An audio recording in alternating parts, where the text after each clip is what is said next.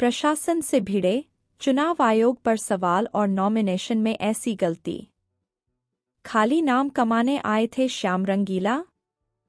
Shyam Rangeela nomination cancelled. Varanasi Lok Sabha seat पर मशहूर comedian Shyam रंगीला ने पीएम नरेंद्र मोदी के खिलाफ चुनावी पर्चा दाखिल किया।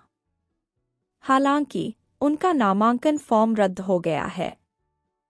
अब इस मामले में जो बातें सामने आई हैं वह हैरान करने वाली हैं। इस पर चर्चा शुरू हो गई है।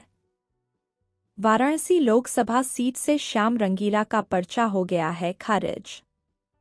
शपथ न लेने के कारण पर्चा खारिज किए जाने का लगाया आरोप।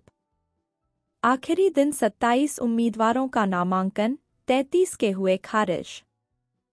पीएम मोदी, अजय राय समेत 8 उम्मीदवारों का पर्चा मिला सही। उत्तर प्रदेश के वाराणसी लोकसभा सीट पर चुनावी माहौल पूरी तरह से गर्मा गया है। नामांकन पत्रों की जांच के बाद वाराणसी लोकसभा सीट पर नॉमिनेशन भरने वाले 41 उम्मीदवारों में से 33 का नामांकन रद्द हो गया। अब चुनावी मैदान में महज 8 उम्मीदवार बचे हैं। अभी नाम वापस लिए जाने का समय बचा हुआ है। नाम वापसी की समय सीमा बीतने के बाद आखिरी तौर पर चुनावी मैदान में डटे उम्मीदवारों के नाम सामने आएंगे। वाराणसी सीट पर नामांकन दाखिल करने वालों में राजस्थान से आए मशहूर मिमिक्री आर्टिस्ट श्याम रंगीला भी रहे। पीएम मोदी की आवाज की नकल कर चर्चा में आए श्याम रंगीला का नामांकन भी खारिज हो गया है। क्यों खारिज हुआ रंगीला का पर्चा? नामांकन पत्रों की जांच में स्टैंड अप कॉमेडियन श्याम रंगीला समेत 33 उम्मीदवारों का पर्चा खारिज हो गया। भाजपा के पीएम नरेंद्र मोदी, कांग्रेस प्रदेश अध्यक्ष अजय राय समेत 8 उम्मीदवार अब चुनावी मैदान में बच गए हैं। कॉमेडियन श्याम रंगीला नामांकन पत्र खारिज होने के बाद काफी भावुक दिखे। उन्होंने कहा कि प्रशासन की ओर से शपथ नहीं लेने के कारण नामांकन पत्र खारिज कर दिया गया है। उन्होंने आरोप लगाया कि नामांकन के समय जानबूझकर मुझे शपथ नहीं दिलाई गई। श्याम रंगीला ने कहा कि मुझे शपथ के बारे में जानकारी नहीं थी। उन्होंने कहा कि लोकतंत्र में अव्यवस्थाओं को दिखाना ही हमारा लक्ष्य था। उन्होंने कहा कि चुनाव लड़ना मेरे बस की बात नहीं है। अब मैं अपने मूल प्रोफेशन से जुड़ जाऊंगा। 10 मई से ही बनाया माहौल। श्याम रंगीला ने वाराणसी सीट पर नामांकन करने के लिए 10 मई से ही माहौल बनाना शुरू किया।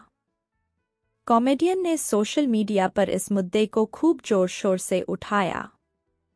वाराणसी लोकसभा सीट पर प्रशासन की ओर से नामांकन नहीं भरने देने का आरोप भी लगाया। 13 मई को श्याम रंगीला ने चुनाव आयोग से शिकायत की कि उन्हें नामांकन फॉर्म नहीं दिया जा रहा है। पीएम मोदी के नामांकन फॉर्म भरने के दिन यानी 14 मई को श्याम रंगीला सुबह 9:30 बजे ही जिला कार्यालय पहुंच गए थे। श्याम रंगीला ने कई वीडियो बनाकर प्रशासन पर पीएम मोदी के नामांकन के कारण अन्य उम्मीदवारों को चुनावी मैदान में न उतरने देने का आरोप लगाया। हालांकि बाद में उनका नामांकन दाखिल हुआ। नामांकन के समय शपथ नहीं लेने के कारण उनका पर्चा खारिज हो गया।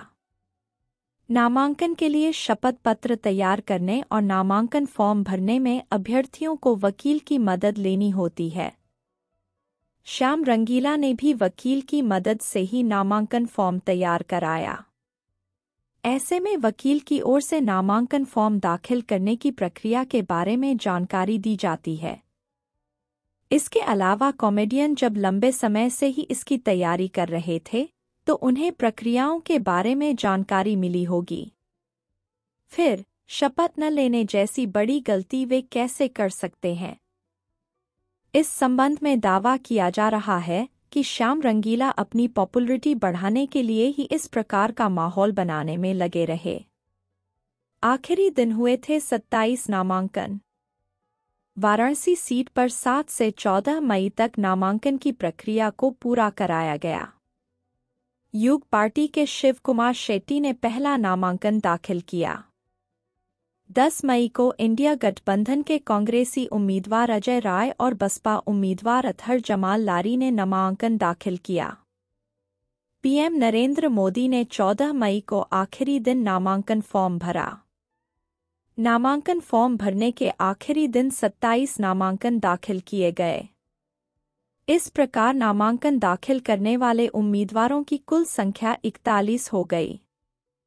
इनका नामांकन हुआ स्वीकृत। बुधवार सुबह 11 बजे से नामांकन पत्रों की जांच शुरू हुई। देर रात तक नामांकन पत्रों की जांच चलती रही। नामांकन फॉर्म की जांच के बाद भाजपा के पीएम नरेंद्र मोदी, कांग्रेस के अजय राय, बसपा के अतहर जमाल लारी, अपना दल कमेरावादी के गगन प्रकाश का नामांकन सही पाया गया। इनके अलावा राष्ट्रीय जनक्रांति पार्टी से पारसनाथ केशरी, युग तुलसी पार्टी से कोली शेट्टी शिव कुमार, संजय कुमार तिवारी और दिनेश कुमार यादव का नामांकन निर्दलीय प्रत्याशी के तौर पर स्वीकृत किया गया। युग तुलसी पार्टी के कोली शेट्टी शिव कुमार के नामांकन फॉर्म का मसला खूब गरमाया। सूत्रों के अनुसार कोली शेट्टी के पर्चे पर देर शाम तक चर्चा चली। अंत में उनका पर्चा स्वीकृत किया गया। उनके 3 सेट के पर्चे खारिज किए गए। एक सेट को स्वीकृत किए जाने से उनकी उम्मीदवारी बच गई। वहीं निर्दलीय उम्मीदवार दिनेश यादव भाजपा के पूर्व पार्षद रह चुके हैं।